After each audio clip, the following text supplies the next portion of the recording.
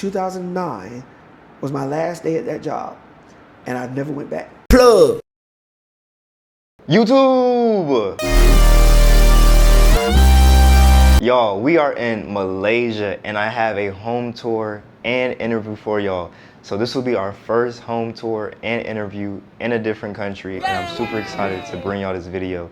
I actually met this person in Chiang Mai at a random dinner with one of my friends.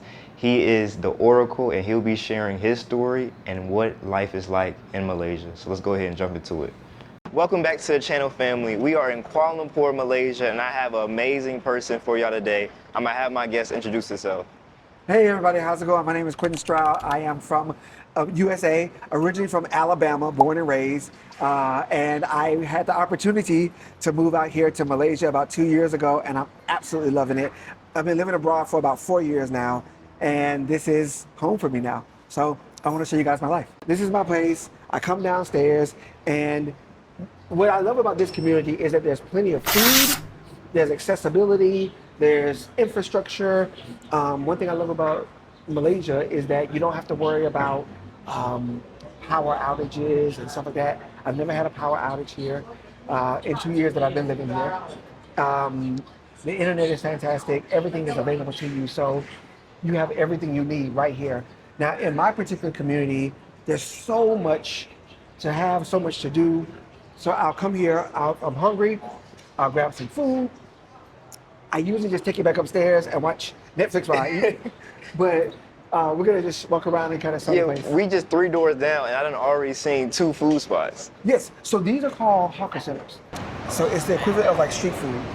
And so what's cool about it is that you got all the street food in one place, and it's fresh, it's clean, it's good. They keep everything really nice and clean, and it's a way for you to get some really inexpensive food. Like an average meal here is what, about 12 ringgit, which is what, $2, $3?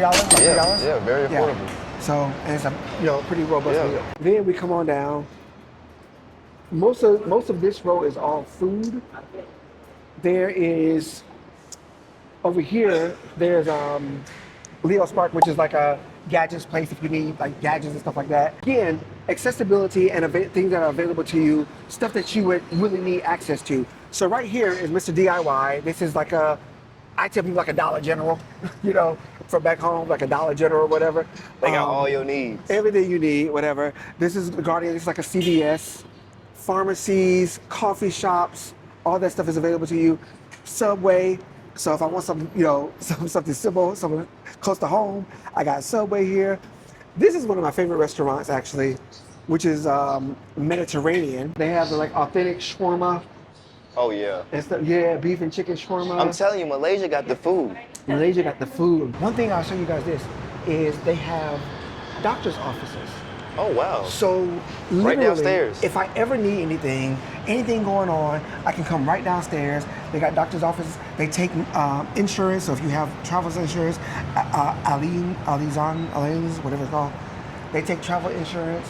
But they also do cash pay, and it's really inexpensive. When you say inexpensive, how much are we talking? So if I wanted to get like a full checkup, it's probably about. A full checkup is probably about 85 ringgit, which is about $20. Yeah. No, that's extremely affordable. So you get a full checkup, everything you need or whatever. And so these are my friends. Hello, Thai Bliss. It's a massage lady. Yeah. Yes. Out here, you don't cook, do you? No. No, never. I have gas. So here you buy your gas in the propane tanks. And so, because it's mostly electric. So we have the gas that's under the counter and it just stays on and you just turn the stove on just like you cook in regular and it's no problem. I haven't turned that on probably in about 5 months. And I only pay probably about 100 baht for this big old thing of gas. Yeah. So I don't pay a gas bill. I pay electric, water, internet, and rent. That's pretty much it. Yeah. And so when we get upstairs, I'll show you guys how that whole thing works. Perfect. Yeah. There's plenty of like barber shops and salons. That cut black people hair? That cut black, well, so this is, remember the diversity here is really strong. So you might have some Indians, but they have coarser hair, right? Like us. Right. So I go to a barber shop and they hook it up. Yeah, they're pretty good. And we'll pass by some of them on the way here. It is a little bit different here, right? So one of the major differences is that back home, you might be able to go to like a Lowe's or a Home Depot and get kind of all your supplies. Here, we just come to the little hardware shop right here. Everybody's real cool, real friendly. But they have everything from, nails and plumbing and everything you can get at Home Depot or Lowe's. But it's all here. And then over here is one of my favorite restaurants. Oh man, you got food every single corner. Every corner is a major Malay restaurant. And the food is absolutely delicious. So I always come here and get food, drinks, everything. They have fresh coconuts, they have mangoes, they have everything you need here. And then we can go around this way. Oh, one other thing I want to mention. Because Malaysia is a predominantly Muslim country, they're really big on halal, they're really big on clean food, and so that's one thing I really, really appreciate. I've never gotten food poisoning or sick. They're really big on clean food, so I really like that here. That's amazing. Yeah. That's one of the biggest worries out here is, am I going to get sick from what I'm eating? For the food, because this is or new the water, foods. or the water. This is the kind of landscaping and stuff that, like, one thing I love about this place too is that they're really big on greenery and natural spaces. Natural spaces are really important. I love that. Yeah. Over here is some Pizza Hut. If you miss some American Oh, they got food. it all. They got it all. You go ahead. They got it all. Americanized and everything. If you miss your American food, we got Pizza Hut, we got KFC. Of course, those are everywhere. 7-Eleven is everywhere. We got like 3 7-Elevens here. All that stuff. But ultimately, it makes it just really easy to live, to make that transition. One thing that was important to me is I wanted to be able to experience a taste of home without actually being in that, in that space. I normally go and try to find some Western restaurants that can make me feel like I'm not, missing out. Now you from Alabama though. Now you got Southern cuisine at its finest. Right. So they do not have the equivalent of that here. But one thing I will say is because of the Malay people and stuff like that, and even Indian food, I do get a soul food feel. Yeah, you get those spices. I get a soul food feel. I get really flavorful food. It's not all just noodles and chicken heads and stuff like that, chicken feet. It's like, not anybody who like chicken feet, but it's stuff that I can really, that's really palatable to me. And so you can really enjoy it. Now, the easiest part about taking care of your bills, you come right down here, you pay all your bills at the KK. I can pay all my bills right here in one foul swoop on the same day, never have any problems. And when you say your bills, you talking about rent, you talking about water, I pay my rent to my Wi-Fi? landlord directly, but water, Wi-Fi, electric, all that stuff, cell phone bill, all that stuff you can pay right here. So Malaysia is composed of course, the authentic Malay people. It also includes Chinese, Indian, Tamil. So you're going to get a lot of diversity. Well, now, a lot of Africans are coming here. I met a brother from Sierra Leone. I met a brother from Ivory Coast. I met a sister who had been living here for 13 years. Who would have thunk? She had been living here for 13 years. She's from Ghana. I think she's Ghanaian. And then, of course, the people from Nigeria. So you get a lot of people from Africa coming here for school, and just the overall cost of living is just great. So they can manage it. It's really good. Let's continue. Keep it going. Now this is the laundry over here. Do you have an in-home unit for washing? You can. I don't, because I don't do laundry. But yes, you can come down here and get your laundry done, and do your laundry or whatever. I personally don't clean, so I pay somebody to do it, and I pay like 100 ringgit per visit, so it's like about $24. Okay, $24. And they clean everything. They clean the whole house, all the dishes. I don't wash dishes at all. Dang. So by the time they come, it's a pile of dishes. Yeah. And so everything is done for me. And that includes laundry, wash, dry, and fold, and putting it away. Because I don't want to put it away either. You can choose your lifestyle out here. Yeah, it's just me. Yeah, I'm not going through all that. Now, so if you come here and if you do the student visa route, after 6 months, you can get a bank account. So Oh, that's huge because in Thailand, it's hard to get a bank account. It's really hard to get a bank account, yeah.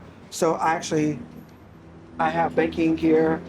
I have banking here and in Thailand, actually, and in America. So in any of the places I am over in Asia, I can send money to my own bank account in my name, and it makes it that much easier. You'll see this right here. It says Lala Move. Yeah. Is where you're gonna do all your moving and stuff like that. They literally will come. It's 24/7 delivery. They will come. So what I did was, I got a place that was 100% unfurnished. Okay, so I didn't want to have to deal with Asian furnishing, decor. Yeah. You know, it just wasn't my vibe, right? And so I wanted to kind of do my own thing. So I got a place that was 100% unfurnished. The benefit of that was that it was also cheaper. So my best friend had rented a place that was totally furnished. He was paying $1,900 per month in ringgit, which is about $450. I was paying $1,500. And so I was able to save money and get exactly what I wanted. Right. So when we go upstairs, you'll be able to see kind of what that afforded me. But I found all my stuff on Facebook Marketplace.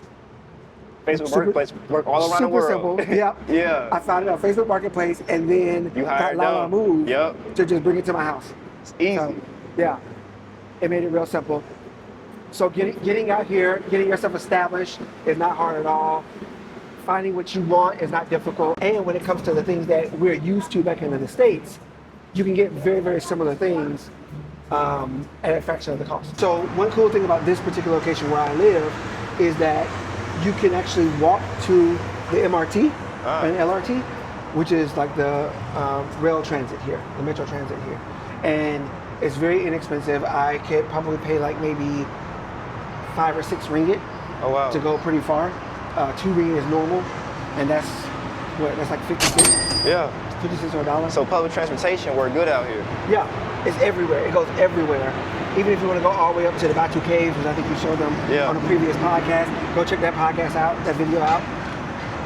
My God. But yeah, going all the way up to the Batu Caves, going to KLCC, you can do all that right on the MRT and LRT, and that way you don't have to do Grab if you don't want to. You don't have to do that if you don't want to, but it's convenient and it's cool. You know, I want to stop here and get something to drink because I'm thirsty. So for all the ladies, to just say this, one thing that I have noticed here, and when you get here, you'll see it yourself. One thing that I've noticed here is that the men take a very serious responsibility in caring for their children. Okay? So you will often see men with the babies, holding the kids, pushing the strollers, doing all that stuff. You'll often see the men doing all that versus the women. The women just walk in with their bags, you know, The men got the kids. The real They got them on their caregivers. bag. Yeah, they're actually like parenting, right? And that was something I noticed that I have not seen before anywhere else. Wow. I saw the men here really taking care of their kids. I was up at the playground upstairs, and the men were out. It was like three dads all in one space. They didn't even know each other, but they were pushing the kids on the swings, on the merry-go-round, all that stuff. They were all doing that right there. So, come on out. Hello. All right, so Can I this get is a the, Chinese version lemon oolong of peach? mixins that they have in Thailand as well. I actually tried the sea salt ice cream. You want ice cream or something to drink? I wasn't a fan of this No, one. I don't like it either. Yeah, it wasn't that good.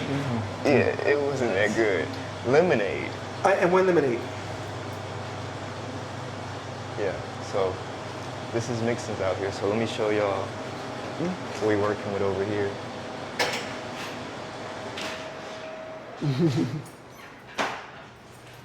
And Yeah. being in Malaysia, it gets really hot. So It does. these places are a godsend.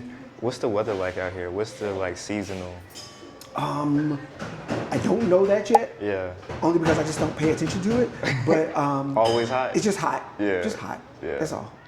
I used to live in Minnesota. And so when I was in Minnesota, I was like, listen, God, I don't want snow to come to me. Right. I say I want to pay to go to it. Yep. So snow cannot come near me. Yep. I want to live where the equator goes through my living room. So that's where I moved to. I moved to the tropics. We're gonna go ahead and tour the grocery store and check out some groceries. So when you come, you'll know what's available to you, what's accessible. There are some things that are noticeably missing. At least for me, at least as far as brands go, but there's also some things that are very similar. You can always find what you need here. One of the things that I really like and don't like about the grocery stores here is that everything is so open and fresh. So I'll show you what I mean. So again, eggs and everything are right here. Everything is out, but all the produce and stuff is really good and fresh. But then we go over here, and you got fresh fish, fresh chicken, everything that you need. Fresh fish, fresh chicken, fresh produce. Got the ginger on deck. Turmeric, ginger.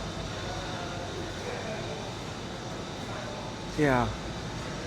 And so you're never going to be at a loss for fresh vegetables and produce, and it's super inexpensive, extremely inexpensive for fresh produce. So you can eat healthier. Okra. Yep. You get a whole thing of okra. Where's the okra? Okra's right here. I don't know how much it costs. It's cheap. They usually have those stickers. $4.99 for this. Yeah, it's like $1. Man, Some change. I love it here. Yeah. Fruits. Onions and potatoes and everything over there. All And right. then now what you want to do is when you get your produce, you got to bring it to the produce guy. He weighs it for you, bags it, so you don't have to do all that at the counter. It's all done for you here. Yep. Oh, and I want you to notice they got the chilies right here up front. Because you here in Malaysia, they love their chili, they love their spicy. I spices, think they them love it all hot. Asian countries love their They love it spices. spicy, yeah. This is the frozen food section, so you got like, like chicken tenders and stuff like so stuff that you would have for kids and stuff. You got chicken tenders, hot dogs, all that stuff is available to you here. Now, one thing about it is that on this side is the pork because this is halal. Right. So on this side you have stuff that's separated. Oh, that's halal meat too. No, I stand corrected. This is halal meat too. No, so they don't even have pork here. They My don't. bad. They At don't. the other store you have pork, but it's separated. Now these fishes, I was talking about this earlier. I'm not a Yeah, the huge dried fan fish. of those. Huh? Yeah, I'm not a fan I of can't. those. I can't. I'm not. That's not in my palate. I don't eat raw fish, but they love it though. They do. They do. It's salty as hell. Yes, it's very salty. More chicken nuggets, Yeah. of course, rice is a staple here, so It is. you're gonna get your big things of rice. Here's noodles for the Vietnamese and for the Chinese, they like the noodles. And coffee is coffee huge here Oh as yeah, well? the coffee is huge here. And they have many different varieties. Let's take a look. They have many different varieties, and here they call it kopi. Kopi. Oh. Yeah. So kopi. Coffee Yeah. for $3.99. Mm-hmm. But the Yep. fact that you got this right outside your house. Come right downstairs, go right back upstairs, right? And this is just like Yeah. cleaning supplies Okay. and stuff like that. Perfect. One of the other things you're gonna notice in a predominantly Muslim-speaking country, a Muslim country, is that the men do certain jobs and the women do certain jobs. Okay? This is really interesting for me to see. But you'll go to a restaurant, for example, and you'll see nothing but men. Not a woman in sight. And I think a lot of people got the experience coming to Malaysia. You're like, where are the women at? yeah, Women be hidden. because they're not trying to expose their women like that. It's like, you know what I'm saying? Which I think is brilliant.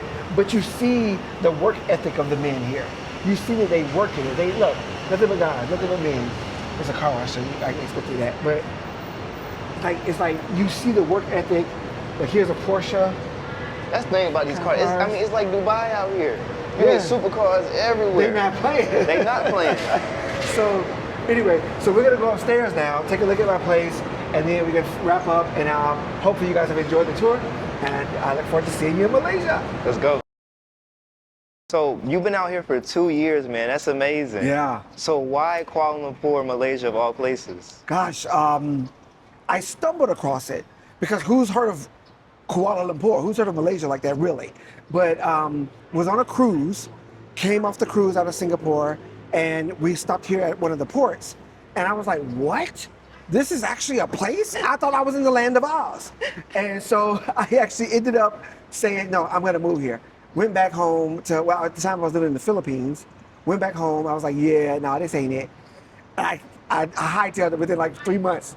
I was out of there and I was back here in living in KL. Okay, so this is my security guy. He takes care of everything at the building. He's absolutely amazing.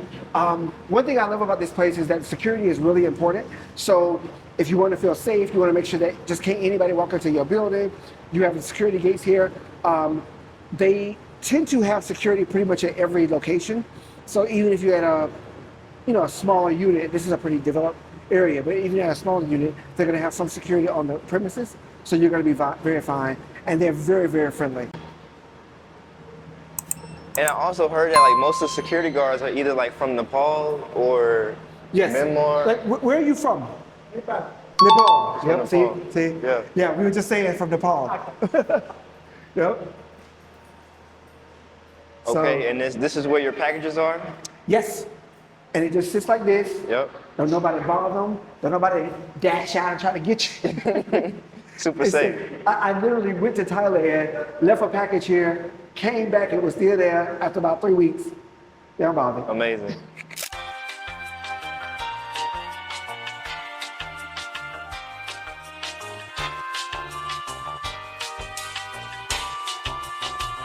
Okay, so now we're on the 9th floor and I'm gonna show you all the amenities here at Razak City. Let's take a look.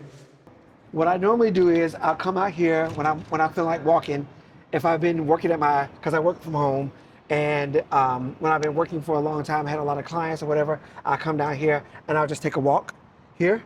Yeah. And what's cool about this area is that it's cool, it's nice, and you can just walk, you can do your own thing. If you wanna do some yoga, stretching, you can do all that out here as well. And then, if I feel like it, I can dive into this Olympic-sized swimming pool. Damn. Now, you mentioned work. What do you do for work?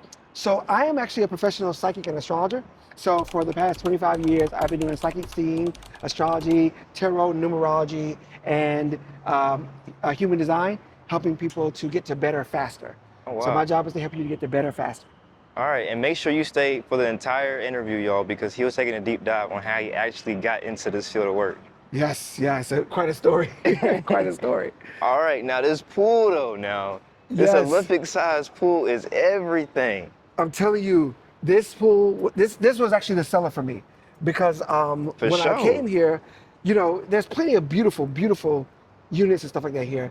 But the seller for me was coming down here and being able to see this pool. I had not seen any other space that had a pool like this. Some of them had really nice spaces and really nice pools, but this was the seller for me. Oh my! Sure. And how deep is this? It's like 5 feet, something like that. It's not super deep. It's like 5 feet. Okay. So you can stand up in it, no problem. So on this floor, this is just the 9th floor, but you can see pretty much the entire city from here. Nah, this view is beautiful. Yes. So coming over here, you can see most of the city. You can see the Mercator building. You can see the Twin Towers right there. I don't know if you oh yeah, let's walk on this side over here. The Petronas. The Petronas Towers, yeah. So. Look at the mountains in the back, y'all. Yep, the mountain regions. So if you want to come to a place, this is almost similar to Chiang Mai. Like in Chiang Mai, we're in a valley, but you're also in a valley out here as well, but you're getting majority city life, but they still incorporate this nature vibe as well that you see that's all over the city, even right here. That building right there is called the Mercator building. So yeah, you have access. And now on New Year's, it's crazy. All of this is just pop, pop, pop, I know, it's crazy. You can see the fireworks. I gotta do New Year's here. From this end all the way around to this end, fireworks. I gotta do New Year's here. Yeah, it's powerful. We're gonna cut through here and get back to the pool. So if you notice, as the floors go up, they get wider. So the widest part of the building is at the top, actually, so that it doesn't topple over. Smart. You can see how it's constructed. But it's 48 floors.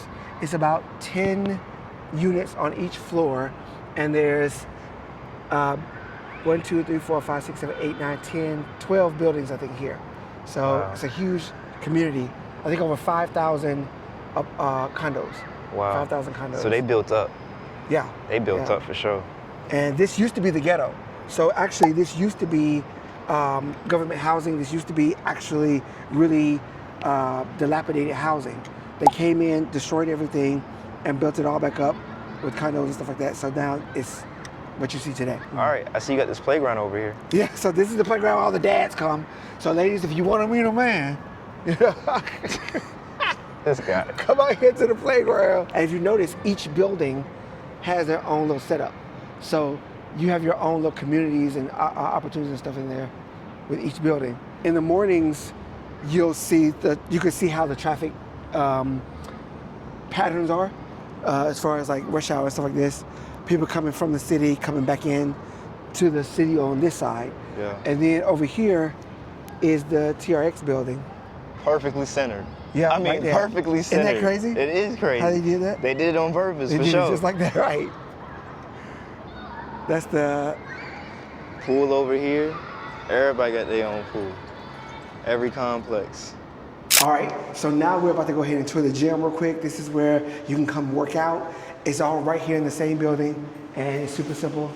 You just scan in.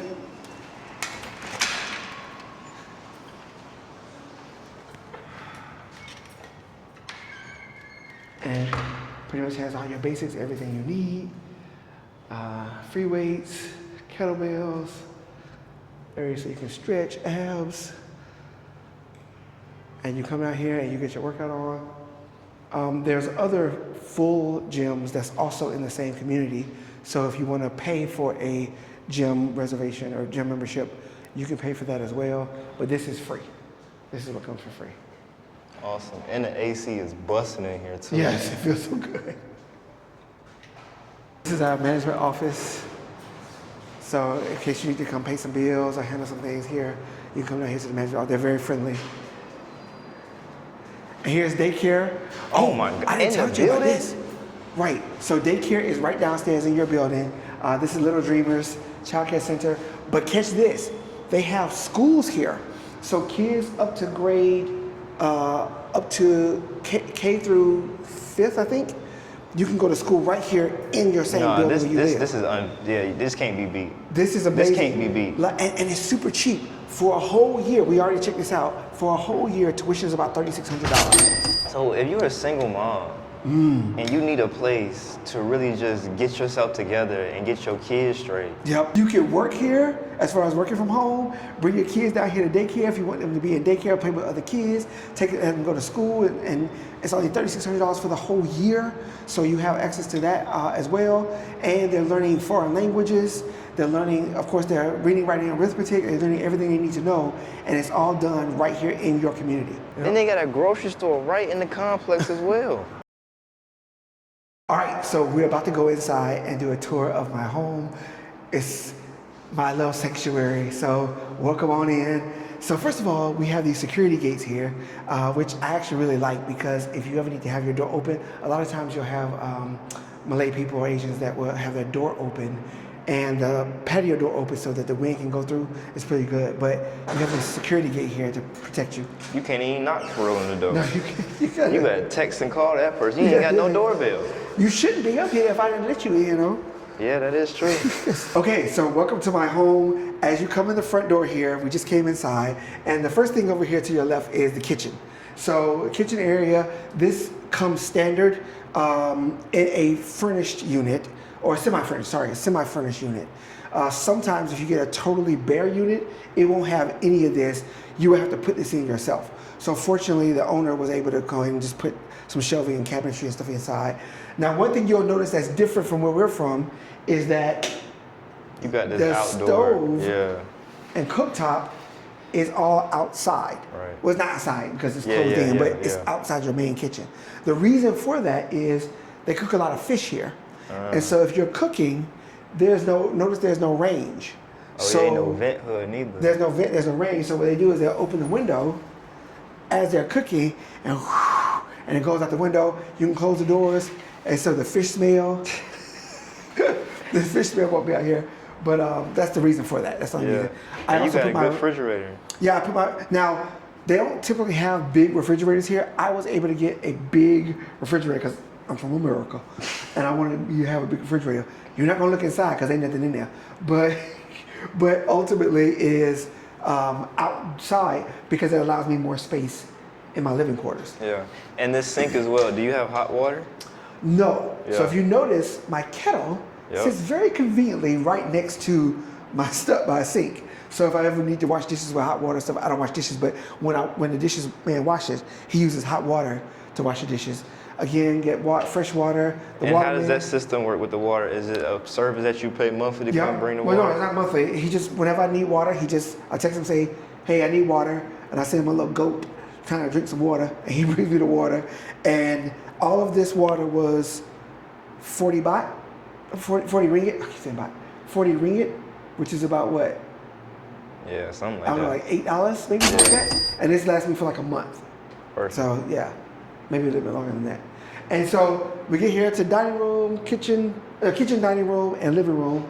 All great room. I don't know how much of it you can see, but we can go through it. And how did you actually find this apartment?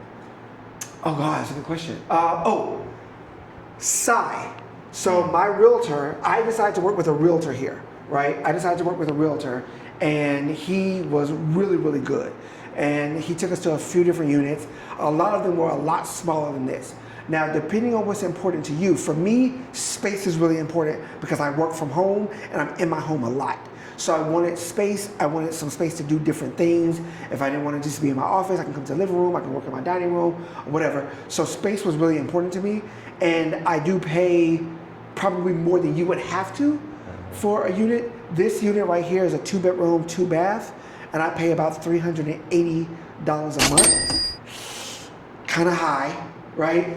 But you could really find a place here maybe about a lot cheaper than that. So maybe about $200, $250 for a 1-bedroom or a 2-bedroom, but in a different community or in a different vibe. So it just depends on what you're looking for. And electric and water Wi-Fi is all included in that as well? No. So my electric, water, and Wi-Fi, electric I probably pay, and that's with AC and fans and stuff like that, I probably pay about $40 a month. Okay. Maybe about $40 a month. And then Wi-Fi is about $40, $36 a month. And then water is probably like 10 baht. So what's that, $2 and some change? Amazing. Yeah. Okay. Yeah, so all that. Living room area. And all this was furnished as well, so you bought all this from Facebook Marketplace? So yes, that's what I was going to tell you. So I spoke to you guys earlier about how all this was unfurnished, and I wanted to put my own stuff in here, give it my own spin. So I found all this stuff on Facebook Marketplace, and what was interesting about it is this is all American brand. This is actually furniture. This is actually brand furniture that I was able to find online on the low. I probably paid $250 for everything. That's a steal. That's a 10-finger discount. And I got the bedroom set too. I'll show you the bedroom. I got all of that for about $250. So I furnished most of my whole house for about $250, and all the other little stuff I got, over time. I think this was like $40 for a dining room table and stuff like that, like $40. Crazy. So it just depends. But I want to show you guys this. This TV did come from a used TV shop. A used TV shop, 60-inch TV, and I probably paid maybe about $130. Wow. $130 for it. But I want to show you guys this. So, out here on the balcony, this gives you an opportunity to get an aerial shot of the pool. See really how big it actually is compared to the buildings, compared to the space. And this is where I do my walking and stuff like that here. And then again, you can see out over the entire city as well. And then all the buildings going all the way up. Yeah, it's tall. So 48 floors, yeah, go all the way up.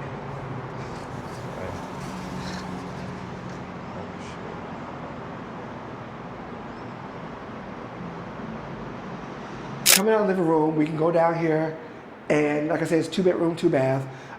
First thing you'll notice when you come into my home is I have my ancestor altar right here. So I do have a space for my ancestors in my home. Actually, I do have some Asian ancestors, Southeast Asian ancestors as well, just like 2%. But they're here, and so I welcome them into the space. The first bathroom is here, which is the guest bathroom. Okay. And you can take a look at this. Yeah, so one thing about the showers is, depending on the person, some people like having an actual bathtub. I'm cool with just a shower because I like to get in, get out real quickly, but it does have heated showers here. This is how they use the shower, the hot water heaters. You've probably seen that on some of the other podcasts, other videos. I'll show you the bedroom first. So this is my master bedroom. And there's another bathroom inside. Okay, so with my office here, then you have the opportunity to come inside. This is where I work. So I'm here for pretty much about 4 or 5 hours a day is pretty much my limit. 4 or 5 hours a day. I do sessions with clients. I do spiritual work for clients as well. So if anybody needs any, I was thinking about coming out with a website. Y'all let me know if y'all want me to do it. Hexahole.com. Okay. Heard that. Is somebody messing with your man? Hexahole.com. Or you can hex him too, hexhim.com. But no, so 1-800. Right, exactly. So the cool thing about this space is that I have a large space. Remember I said space is really important to me because I work from home. And so I needed a really large space to be able to work from. And so when I'm here, I can move about very freely. I have everything I need in the space as well. Now, one thing you'll notice here is they typically don't have formal closets. I was about to say that America. closet space. Yeah, they don't have formal closets in America, so it's depending on you how you want to do it. Some places have a built-in wardrobe. I decided that I wanted just something more simple because I don't have a lot of clothes. So I just wanted something more simple. So I decided to go with this space here. It's disorderly, but figure it out. Anyway, so this is where all the magic happens. Okay. And Perfect. Yeah. With that said, we can go ahead and jump into the interview. Okay, perfect. Okay, family, so we're on the interview portion of this video. We have the Oracle right in front of us, so we'll be taking a deep dive on how he actually got to Malaysia. So my first question, growing up, when did you actually venture out of your hometown in Alabama? Oh, wow. We didn't really travel much outside the state as kids. I grew up in Opelika, Alabama. I went to Auburn University. And for me, we would go down to maybe Panama City, Florida. That's probably the best. Tallahassee, Florida. That's probably the furthest we ventured out. My mom didn't make it a priority to always do road trips with us. So we had travel, but it was always usually within the state or just right up to Florida. So that was the main thing we would do. And you said we. You had siblings as well? Yeah, so me and my older brother, and then with my mom. My dad, my mom and dad got divorced when I was 3, and my dad was murdered when I was 13. And so growing up, I would see my dad every other weekend, and on the summers, I would spend summers with my dad. Yeah. But my mom would always make it a priority to take us somewhere different, stay at a different hotel, even if it was like Motel 6. Man, that smell like Hot Pockets and sex in here. She would always make it a priority to prioritize travel. And so that was a big thing. Well, rest in peace, and I'm sorry to hear about your pops. Yeah, At it's fine. 13, you were just in 8th grade, right? Yes. So yes. transitioning into high school, how was that going, after that Well, experience? for me, so it's a little bit different for me because of who I am and what I do as an oracle, but I foresaw his death. And so I ended up calling my dad before he passed away, before he was murdered. And I was like, you need to come here now. Can you come get us? And he was like, no, I'm going to come on Friday. And I just started crying. I started bawling my eyes out because he wouldn't come to get me right then and there. And he was like, what's wrong with you? He literally said, what's wrong with you? I said, you just need to come.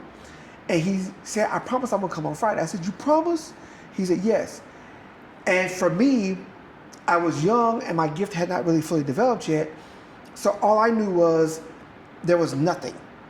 So I knew there was my dad and then there was nothing of him. And so for me, it kind of freaked me out because I knew he was not there, whatever that meant at the time. Well, that was on Sunday. On Wednesday, he went out with 2 of his friends and they ended up shooting him. And one of the friends ended up shooting him and killing him. And they fortunately caught them and everything, but they went to jail. But he never came that Friday. And so later on, he showed up. And so going into high school, prom, junior prom, that whole thing or whatever, he was present with me, even though he was not in a physical body, if that makes sense. Yeah. Yeah. So it was really interesting. And during that time, you was revealing your gifts as well. How was you actually able to convey that to your family? Like, how was you able to articulate that? So my great grandmother, who was Native American, my great grandmother knew that I had a gift, and she's the one who actually trained me. She would cut open fruit, and she would put it on a little paper plate and sit it on the floor, and she would say, "Tell me what you see." And so I would end up reading fruit. I don't know how I did it, but I would read the fruit and tell her what I perceived in the fruit. And then she would have me sing this song to her called "Life Without End at Last," and talk about how we never die. And so my great grandmother was training me. She would plant that seed at 8 years old that we never really die, and that I had this ability to perceive of things, and using different mechanisms or tools, I could perceive of it. And so that's how. But I know my great grandmother had it. I think it skipped my grandmother and went to my mom, because I know my mom has a gift, but I grew up Jehovah's Witness. Okay. So yeah, that was right out. Yeah. It was right out. But she could perceive of things too, because she Yeah. talked to me about some things that she recognized. And then I had the gift, and so this is where it is. And so for me, it was kind of difficult growing up in Alabama, Yes. Jehovah's Witness, Yes. talking about you can see things. Yeah. You're crazy. Right, you had to be crazy, labeled and crazy. demons and every other thing, but it's Yeah. nothing like that. It's very wholesome, very spiritual. I do work with the Holy Spirit, and it allows me to help people get to better faster. That's what I tell people. My job is to help you to get to better faster as an oracle of God. Yeah. Now, you being in Alabama and you being able to travel to different places, when did you actually get the epiphany that I don't want to stay in Alabama anymore? I had that awareness probably like my sophomore year in high school, maybe freshman. I knew I was going to leave. When I got to senior year, I had the opportunity to go to Morehouse or Auburn or Tennessee State University. So I had three options. And we wanted to go to something in-state because of in-state tuition. So that's why I chose Auburn. But my mom even came into my bedroom when I got my offer letters. My mom came into my bedroom. She said, "Oh, I'm so proud of you, you know." She said, "But let's talk." So she got me to pull out a piece of paper, and she drew a line down the middle. And on one side, she put college, and the other side, she put business. Oh, wow. And she said, in 4 years of school, she said, "How much is it to say to Morehouse?" Because I really wanted to go to Morehouse at the time. She said, "How much is it to get into Morehouse?" And I said, "It's about $14,000 at the time." It was like $14,000 per year.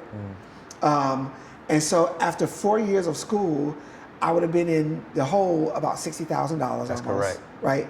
About $60,000 in the hole because I didn't. I got some Financial aid? I got some financial aid and some scholarships, but it would have still been about $14,000 after everything was said and done. And she said, starting a business, she said, even if your first year, your second year, maybe your third year, she said, even if you're not profitable, by your third or fourth year, you learn your business, da-da-da. So I actually got the awareness to go ahead and be an entrepreneur before I even went to school. Yeah. I still went to Auburn, still went to school, but I wanted to really do my own thing, and that's how I knew that I would. Yeah. And so, yeah, for me, getting the awareness to get out of there was really early on, like maybe 9th, 10th grade. Well, Yeah. God bless the women in your life. Between your grandma and your Great-grandmother. mom, yes, Yep. they have definitely planted the seed. So just talking about your oldest brother as well, did you follow any of his footsteps? Because I know you saw, the path that he was going on as well. Did that shine any light on where you wanted to do? Yeah. Well, fortunately, my brother's doing very, very well now. However, after my dad's murder, things got really bad there with him. He and my dad had a closeness that was different than my dad and myself. And so when my dad was murdered as the eldest brother, he took it really hard. Right. And so it kind of spiraled, got worse and worse and worse. Finally, he started kind of making an upturn. So he's doing, like I said, really well now. But no, I did not follow any of his footsteps. Yeah. He's still there in Alabama doing very well, like I Yeah. said. But I would love for him to come out here. Come on, bro. Come on, bro. I've been You should come out here, been check it out. 4 years out the country, 2 years in Malaysia. Come on, yeah. Yeah. So coming out here was really the only way I could see myself doing it. Yeah. I knew I was gonna move out of Alabama, and I did. Yeah. At 18, I moved to Minnesota, but after I traveled all around the U.S., I was like, okay, now this is starting to feel a little tight. Yeah. You know, Yeah. I couldn't get out the borders. You know. Yeah. I went to Hawaii and stuff like that, but it was like, So I finally had to say, you know what, I'm just gonna go.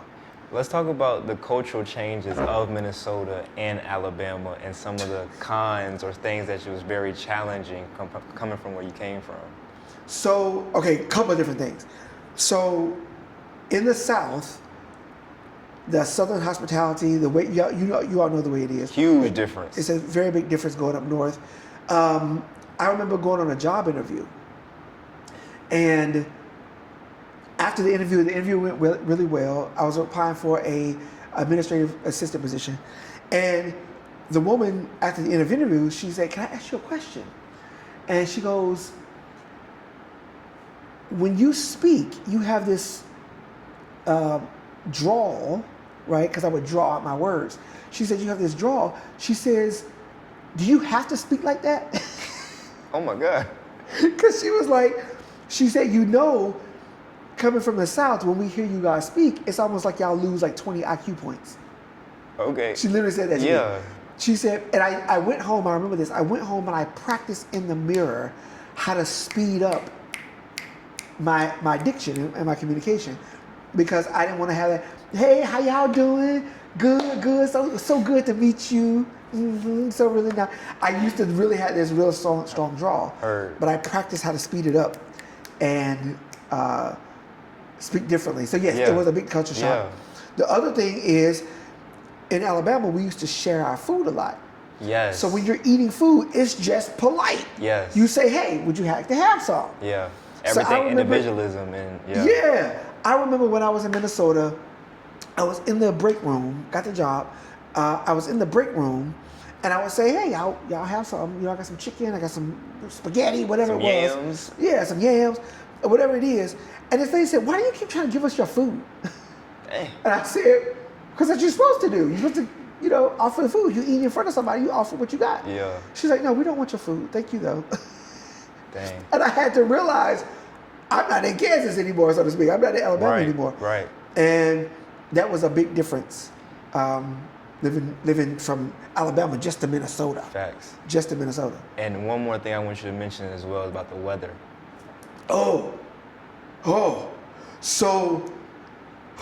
So I remember my first year there. I moved up in February.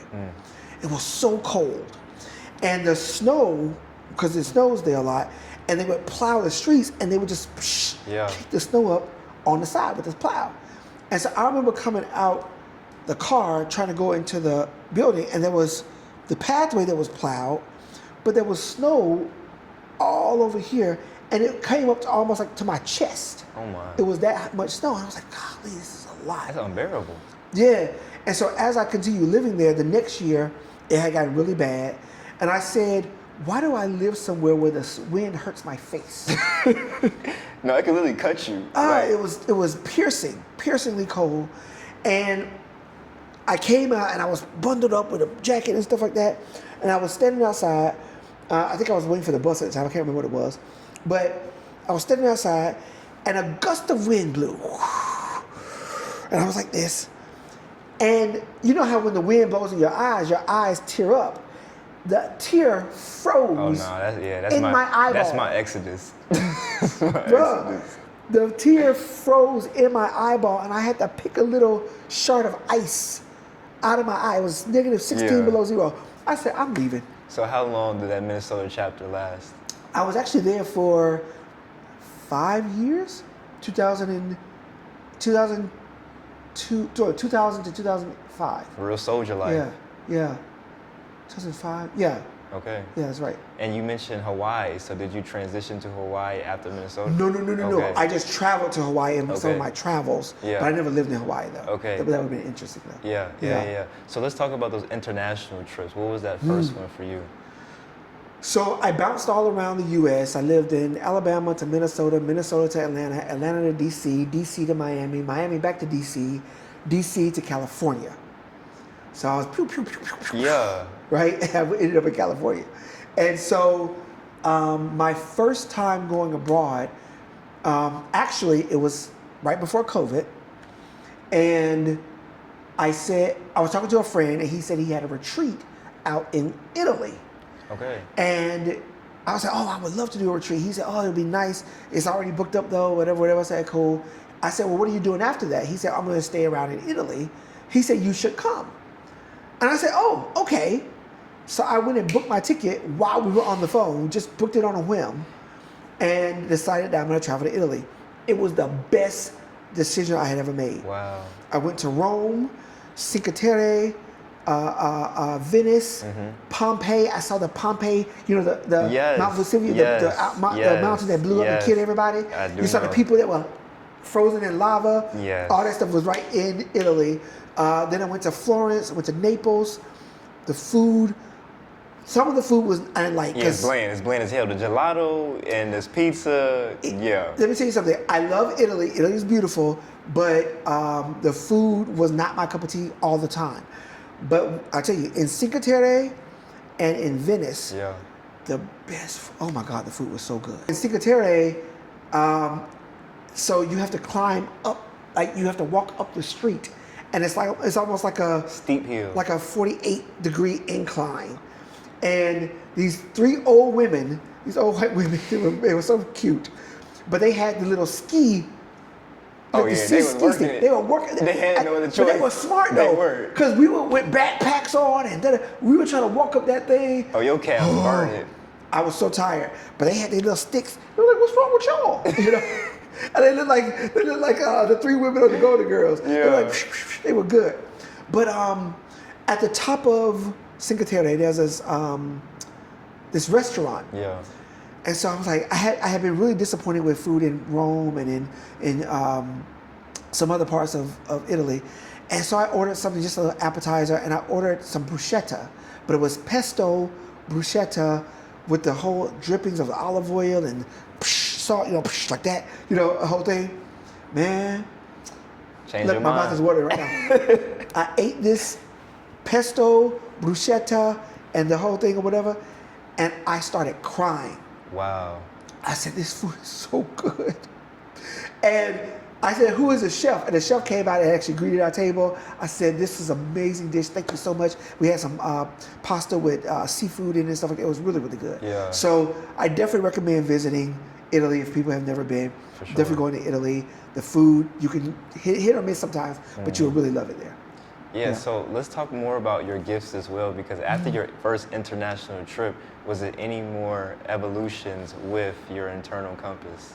So what's interesting is that before I left the U.S., I had a lot of clients already over on this side of the world. Okay. I had a lot of clients in Japan. I had a lot of clients in Australia. I had clients in Ukraine. I had clients in different parts of the world that I had worked with in Saudi Arabia and Dubai. I had clients in different parts of the world that I was doing readings for, but I was living in California. So when I came over to Italy, and I was like, oh, and I was still working, because as long as I had Wi-Fi, I can do readings with people. So I was still working, and it made sense to me that I don't have to be there to help. And so when I got back to the US, I was kind of bouncing around the US still. COVID hit, and I stayed within the confines of the US, but I didn't quarantine at home. I was taking flights. I did 20 cities in 2020. Damn. And 34 flights. Damn. I did 34 flights around the US, like one-way tickets. And they were super cheap during COVID. You I remember? know it. I remember. $36, $59 Nobody's flying.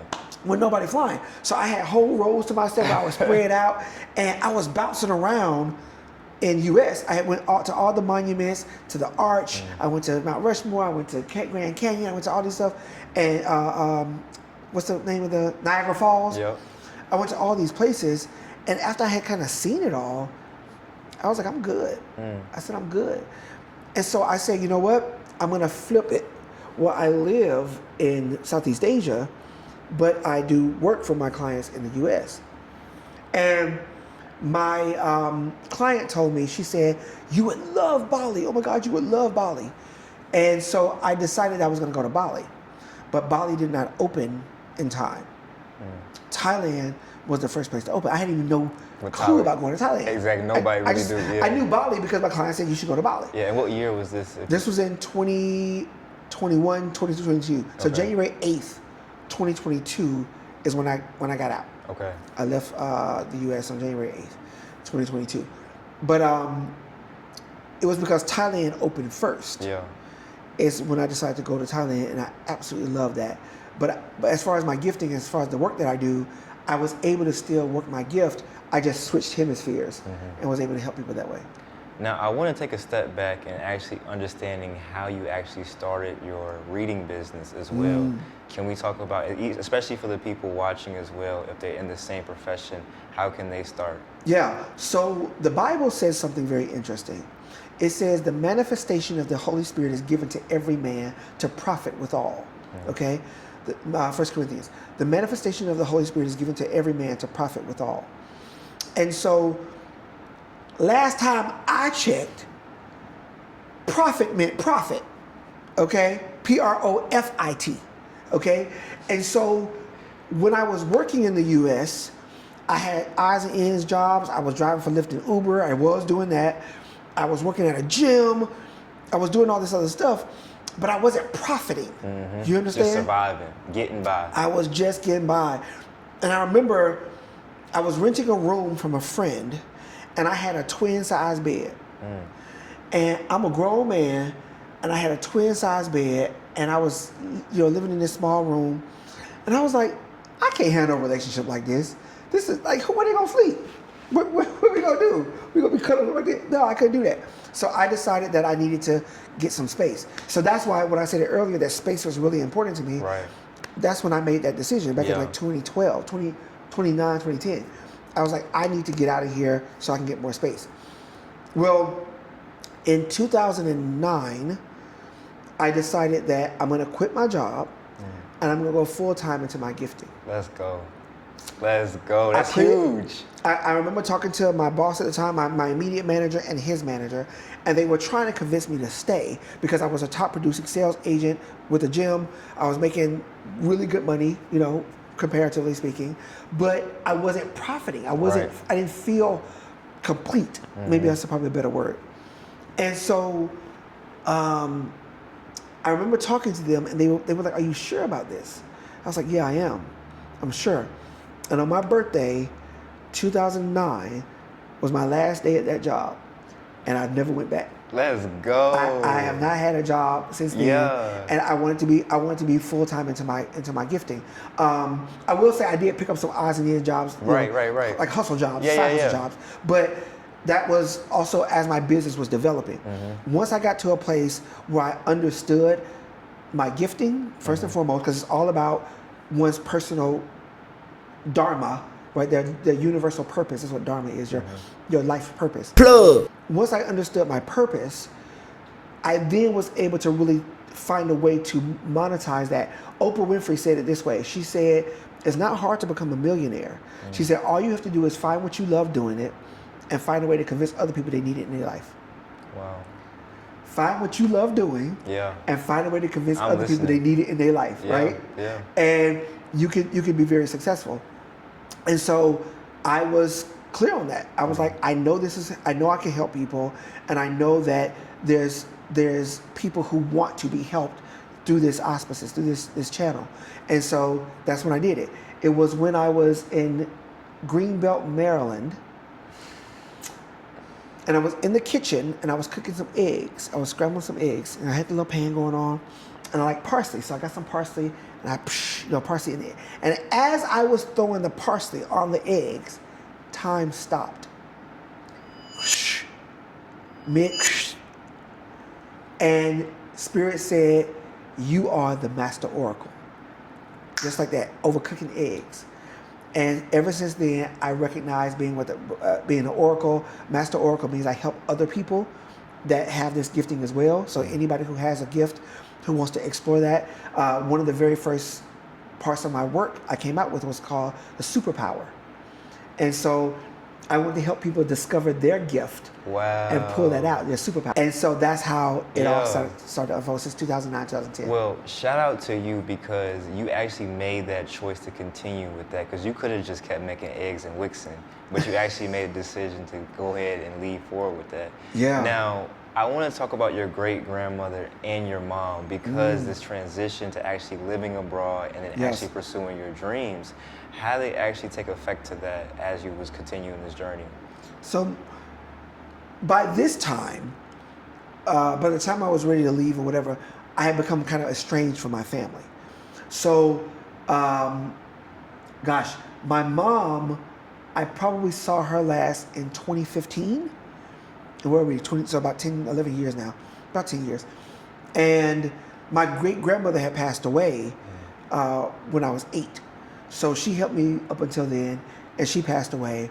My grandmother is still alive, all things being equal. She has a little bit of dementia, but she's doing well. She's in her 90s. So God bless 90. That's good service right there. yeah. So my grandmother on my dad's side lived to be 90. She died during COVID, but she didn't have COVID. Yeah. Hear me. I hear you. She didn't have COVID, but they said she did. Anyway, she passed away during COVID at 90, going on 91. My grandmother on my mom's side is now in her 90s, 92 I think she is. And then my great grandmother lived to be 98, right? So I have a long line of, People whatever. living. So I decided that for me, I'm going to be a centenarian. So I'm going to live to be at least 100, right? So by the time we get up there, it might even be 120, 125, just with some prosthetics and stuff, I might be a cyborg, but I'm okay with that. But my family I kind of become estranged from my family, so they've never been out here to visit me. Would love for them to come out and visit. Yeah. But they're still mostly in Alabama doing their thing. Yeah. And that happens. Most people stay in their own backyard. Most people stay in their own backyard, and I think even your whole vlog is based on getting people out, and getting people to see that the world is so much better. It is. It's so much bigger than you imagine. It is. And you can enjoy it if you want to. Okay, do you have any advice for actually traveling out of their hometown or their country to actually see life abroad? I would say the best thing the U.S. can do for you, I told my son this too as a black man, the best thing the U.S. can do for you as a black person is give you a passport, okay? It's the best thing they got for you, okay? A passport. That's for real. Yeah, okay? It's privileges that come with that. It's a privilege that comes along with it, and it's a privilege that's accessible to us just based on your citizenship, not based on your money, not based on your job. You can get a passport, set aside $150, $200, whatever, get you a passport and a passport card. I recommend a card too, and just get it and go somewhere. I tell people to always buy one-way tickets. Hear me. Always buy one-way tickets, because when you get there, number one, you might want to stay longer than you thought. Just saying. And number two, you can always buy a flight back.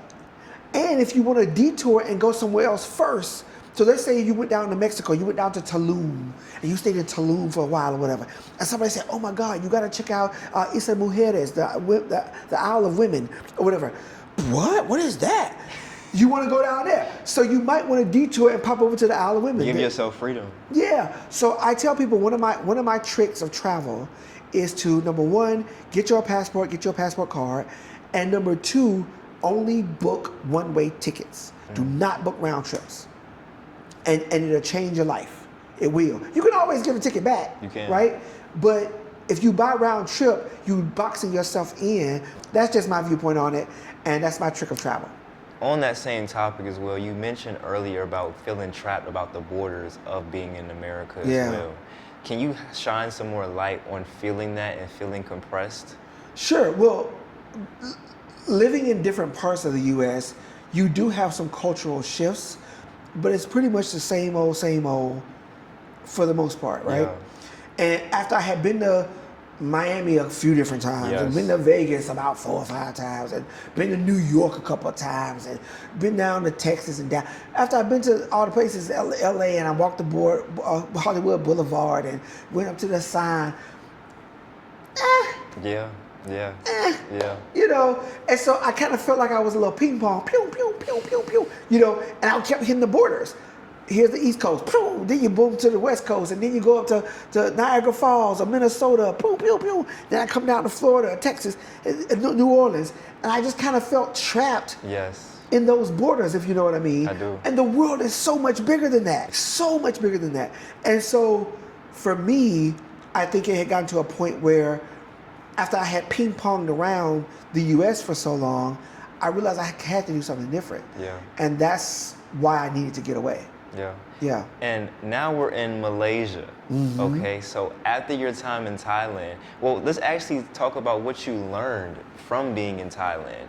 Ooh. Yeah. Oh, wow. So Thailand, number one, there's pros and cons to living anywhere on Right. planet Earth, right? The things I loved about Thailand is I learned humility. I would say I learned the level of humility in dealing with people and in talking to people. I learned that even something as simple as like bowing to people and stuff like that, that actually changed the way I perceive them. You know, when you're talking to people at their job, think about when you go to the grocery store at Target, or you go to the store at Target, or you go to Walmart or whatever, you don't bow to the cash register, the cashier. You know what I'm saying? You just be like, ding, ding, ding. Barely ding. even talk. Barely even talk. But there, I learned humility. I learned that, you know, Sadi Krap, Yes. Sadi Krap, Kapkan Krap. You know, I learned that they are doing us a service just as much as we're patronizing them. You know what I mean? And so for me, that was probably a big shift in how I perceived people. Yeah. The other thing I learned in Thailand is people actually do want to help you. So I'll tell you a quick little anecdote. When I first got to Thailand, I would meet people, and interestingly enough, the foreigners that were there weren't all that supportive at the time. It just is what it was. They were figuring things out themselves. They had their own viewpoints and their own way they wanted to do things. It was the locals that really wanted to help me, that really wanted to help me find a place, that really wanted to help me get settled, that really wanted to help me get a bank account, that really wanted to help me do things that I needed to do to get set up in Thailand. And so it was the locals that were really helping me. And the foreigners that were living there, I eventually formed community there. Yeah. But at first, I didn't really get much support. And so that's why I'm glad for your group and your channel and your private group that you have, because these are people who want to Exactly. do something different and want to support each other in that doing this, and you're teaching them and you're showing them what's available to them. That's what that group is all about. And so being a part of a community that's already built like that, that's already traveling abroad, that already understands the nuance of it all, you're doing something extremely valuable, because I didn't have that 4 years ago, back during COVID or right after COVID. I didn't have was that. alone, essentially. Yeah. And so it wasn't until really like November, I think, if I'm not mistaken, it wasn't until around Thanksgiving that I really start to feel a sense of community. I had moved in January.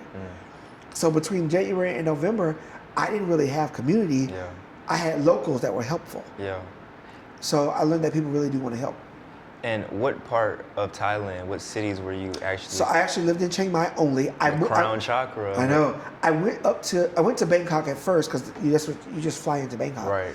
But I did not like it. Did not like Bangkok. It reminded me too much of New York. And I just couldn't vibe with it. When I went up to Chiang Mai, it felt like I was like, yeah, this feels like really, really nice. It felt really good to be in Chiang Mai. I eventually did have to leave because I started getting headaches. So for me, I'm a logophile, okay? And as a logophile, I'm a lover of words, right? Logo meaning the word.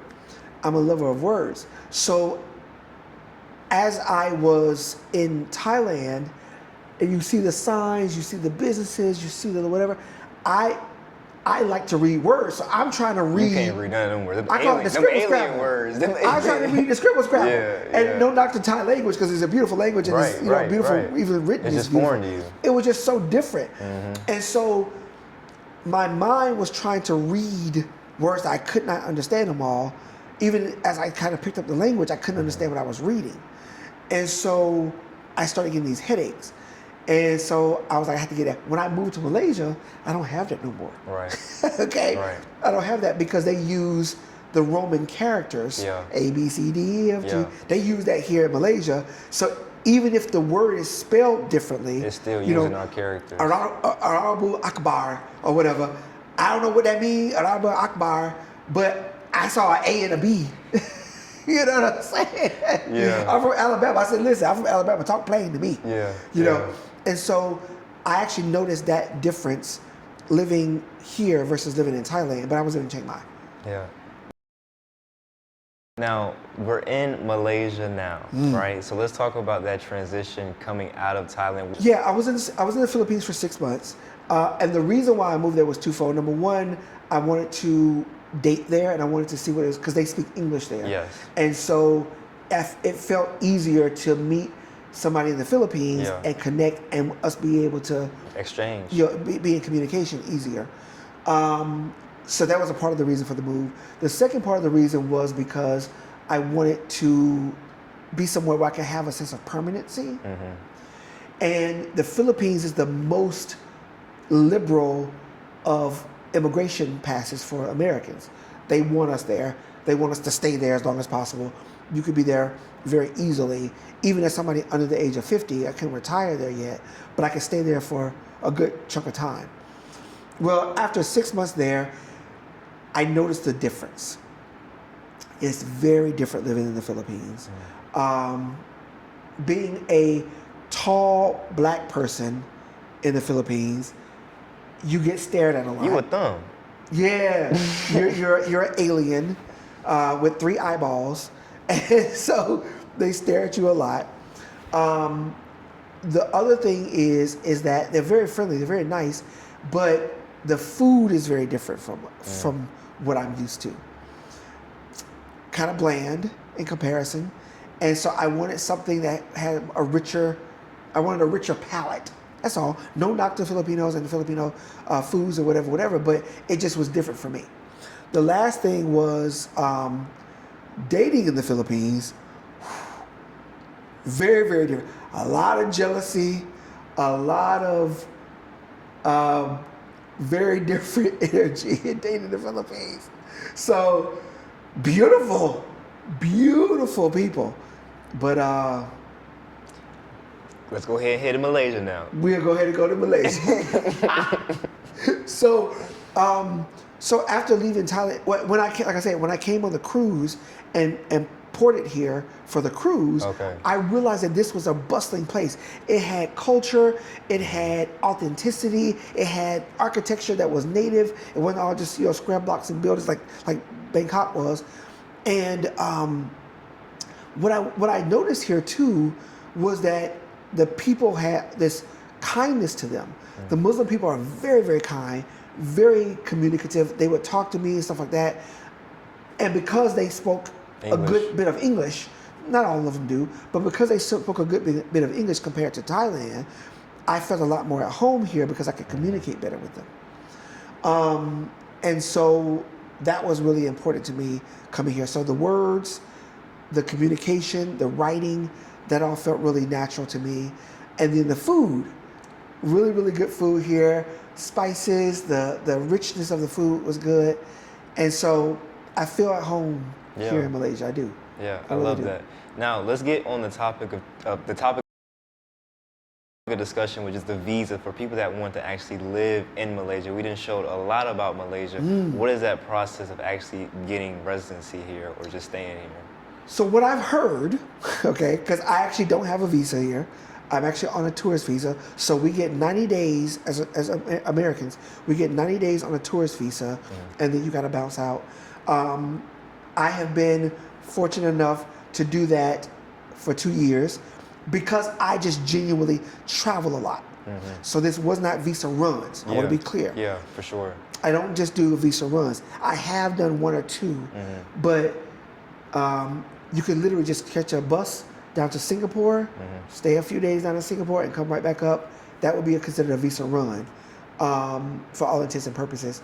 But I've been to South Africa. I've been to other parts of the world. And so Cambodia, Thailand, Vietnam, boom, boom, boom. So Philippines, of course. So my genuine lifestyle requires me to travel. Right. So I just kind of organize it around my visa runs or my visas out. Yeah. And then I'm able to come back in. It's no problem. If you wanted to get a visa here, it's easiest to do a student visa and just learn either Mandarin or Bahasa Malay language. Mandarin is probably going to serve you a little bit better because that's the business language of, it's the biggest language of Southeast Asia, and just the powers that be and the world powers is shifting and all this stuff and stuff. You probably want to speak some Chinese, or at least be able to say some things in Chinese. So you can get a student visa here that gives you 6 months, and then you renew it for another 6 months. Yeah. Easy. Or you could do what's called a Durantau visa, which is their digital nomad visa, Durantau visa. And that allows you to get a year here, but you have to prove certain elements of money and stuff like that. For sure. So it just depends on how you make your money. Some people can qualify, some people can't. I just decided, let me just travel, and I can just bounce in and out, and I ain't gotta go through all no hoopla and fingerprinting and FBI stuff and stuff like that. I ain't gotta go through all that. Now, what does that gaps look like? I don't know if you know, but is there like a certain time to be like, okay, this is not a visa run? Is that like a 3-month period? Is it, what is that? So for me, I usually do 3 months here and 2 weeks to 4 weeks out. Okay. Yeah, at least a month, at least about a month. 2 weeks to 4 weeks. Okay. I've gone down to Bali for like 10 days and came back, no problem. Okay. You know, so it just depends on how you kind of run it, how you do it. But, you know, you being a content creator, people who are probably coming here already have remote work on some level or some kind of virtual work. So you could easily come here, stay for 3 months, bounce down to Bali, bounce over to Thailand, bounce over to Vietnam, go up to Cambodia, go up to China if you want to hit China up. There's Taiwan over here, which is easy to get into, Philippines, or you can even go down to Australia. You can just stay over in Southeast Asia, and all of it traveling right out of KUL. That's Airport. amazing. Yeah, exactly. It's a hub. It's a hub. Yeah. It's a major hub in Southeast Asia, so you can travel to all those usually one-way flights, direct flights, and you're fine. And for me, coming from Thailand here, my flight was like $76. Okay. Yeah. Can't beat that. Yeah. Now, for the people that's really green to Malaysia, what is just like 2 things that they should actually prepare for or know before coming out here? I would say prepare for the heat. It does get hot here, but if you live somewhere if you live in the southern parts of the U.S., you probably are familiar with the heat. If you live in California, live in Vegas, the desert, like you're familiar with the heat. So prepare for heat. Prepare for the spicy food. Yeah. The food is very spicy, so prepare for that. And I would say there's better community, in my experience, there's better community in Chiang Mai. So you're gonna have that communal experience better in Chiang Mai.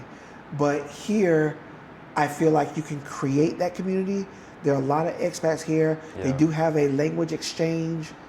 Language exchange for people who want to speak different languages or learn Malay. And then they have expat communities here that do monthly dinners. Yeah. And you can attend the monthly dinners here too, so yeah. Well, one more thing. How can people actually reach out to you and find more out about getting in touch with the Master Oracle?